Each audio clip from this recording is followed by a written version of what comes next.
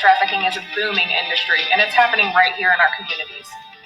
It's a multi-billion-dollar criminal enterprise, second only to drug trade in profitability. Human trafficking. Dragon Race kidnaps young girls in Southeast Asia and sells them all over the globe. Popular media depicts it as a foreign crime, or limited to dark alleys and seedy parts of town.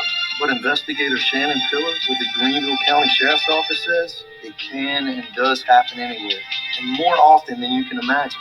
A lot of people think this is an international crime and international crime only. Human trafficking does not require travel across borders. A human trafficking case can be in one location, it can be in one home. What folks really can't seem to wrap their head around is it happens here, it happens in Greenville County. Greenville County actually leads the state with cases that have been made in human trafficking. He says Greenville, South Carolina sits between two of the largest human trafficking hubs in the country, Atlanta and Charlotte. As the city grows, so does the number of cases he works. The bottom line is I'm here to tell you that we've not scratched the surface when it comes to human trafficking. As demand grows, traffickers are on the hunt for new victims. The first thing they look for are vulnerabilities. Problems at home, confidence and trust issues, drug addiction, and money woes, to name a few. The list could go on and on. Everyone has vulnerabilities, but these criminals are experts at exploiting them. They pick up on those little things that they know how to manipulate. They're master manipulators, that's what they are. The most common victims are at-risk kids in foster homes or juvenile justice systems. Unfortunately, they're vulnerable. These traffickers know this about them, and that's exactly who they go after. Others from happy homes also fall prey. They can be lured in from seemingly safe places by someone they know. Family members, friends, pastors, even teachers and classmates. There are instances where young girls have been talked into becoming the recruiters. Where are they going to recruit from? The schools. The internet and social media have also become hotbeds for both recruiters and their customers. Sex sells, and it's all over the internet. One of the national stats is 75% of sex trafficking occurs over the internet. I mean, there is not an app on those phones that I would say is safe, and they're huge tools for recruiting. Any social media these kids are on, even online gaming, when kids are on their headsets, it's all they're master manipulators, and they know how to work these. That was an interview I conducted several years ago with Dale Kelsey, the director of a movie called Bond, a local human trafficking film. As you can see, it was an overview of the problem with human trafficking here in South Carolina, specifically in the upstate of South Carolina. Obviously, human trafficking is a worldwide problem, a national problem, and like I stated in the interview, what people do not realize is it happens here in our very own backyard. The upstate of South Carolina is a hotbed for human trafficking. As you'll see with our Community Thrives grant project, there was no shelters when I filmed that interview for the entire state of South Carolina at the time. We had one of two options as an investigator when we identified a victim. One was to take him to a domestic violence shelter, or two, we had to take him out of state. This often led to victims leaving within hours of us placing them somewhere.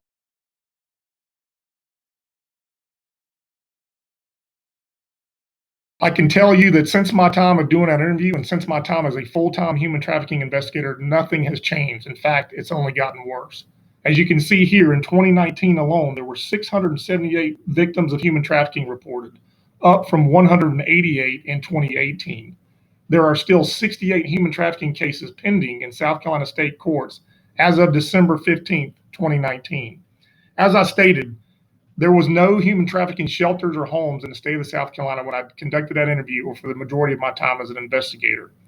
In 2016, a place called Jasmine Road opened their doors with the assistance of Thistle Farms, which is a nonprofit from Nashville, Tennessee, and a local church here, Christ Church Episcopal, Triune Mercy Center, and Bon Secours and St. Francis Health System. This shelter offers many wonderful things for victims of human trafficking.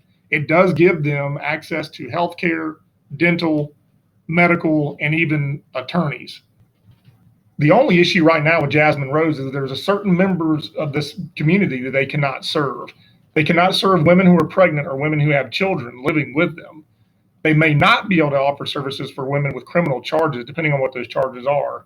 And they do not offer services for males. And right now, they cannot take in juvenile victims. This is an adult-only facility. What our Community Thrives program is proposing is basically a one-stop shop, or what we like to call a multidisciplinary approach for these services to all be under one roof.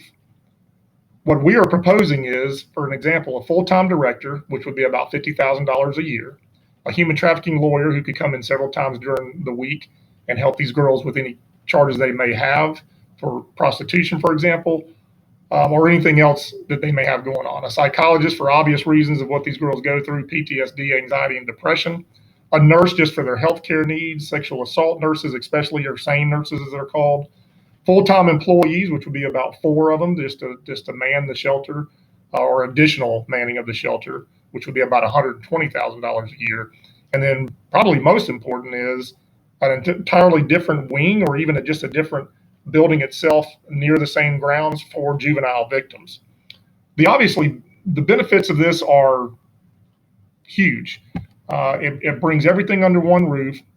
You've got everybody there. These girls don't have to leave for any reason that may make them uncomfortable going to an actual doctor's office or to a psychologist's office. They can do their healing, get out when they want to and where they want to, but they know that all these services are provided under one roof. It allows for a healing environment and allows for a more trusting environment, and it's just all around a good thing. This is a model that multiple states are going to, where even law enforcement is under that same roof, to where if victims choose to, they can come talk to law enforcement about any maybe charges on their actual trafficker. The last part of my narration there was showing several different frames, if you will, of stats. Those were nationwide stats.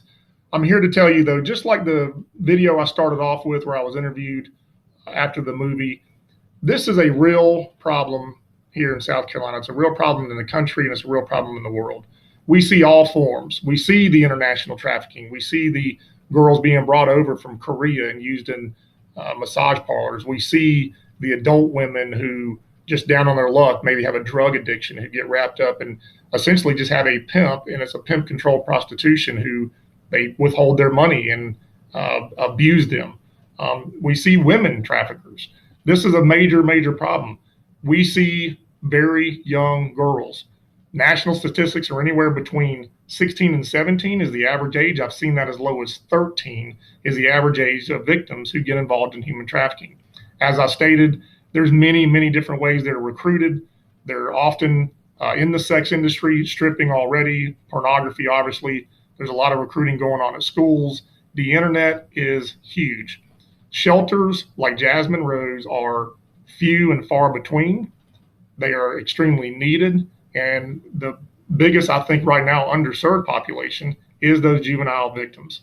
Our Community Thrives program not only hopefully helps those juvenile victims, but also these adult victims. These women have gone through a very traumatic time in their lives. These are times where a lot of times they just want to be by themselves. They want to essentially shelter in place, and bringing these services to them is the best way to help in the long run. A lot of people like to talk. A lot of people like to stand up. What I used to say when I was being interviewed was a lot of talking heads around the state like to talk about the issues of human trafficking, but usually very little is done about it.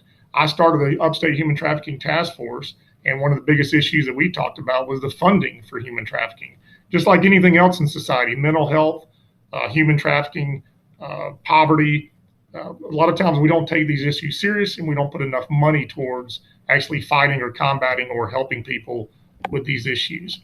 I hope you'll consider our grant or our proposal here. Thank you. The only way to truly make a difference is join the fight. It's time to stop talking and take action.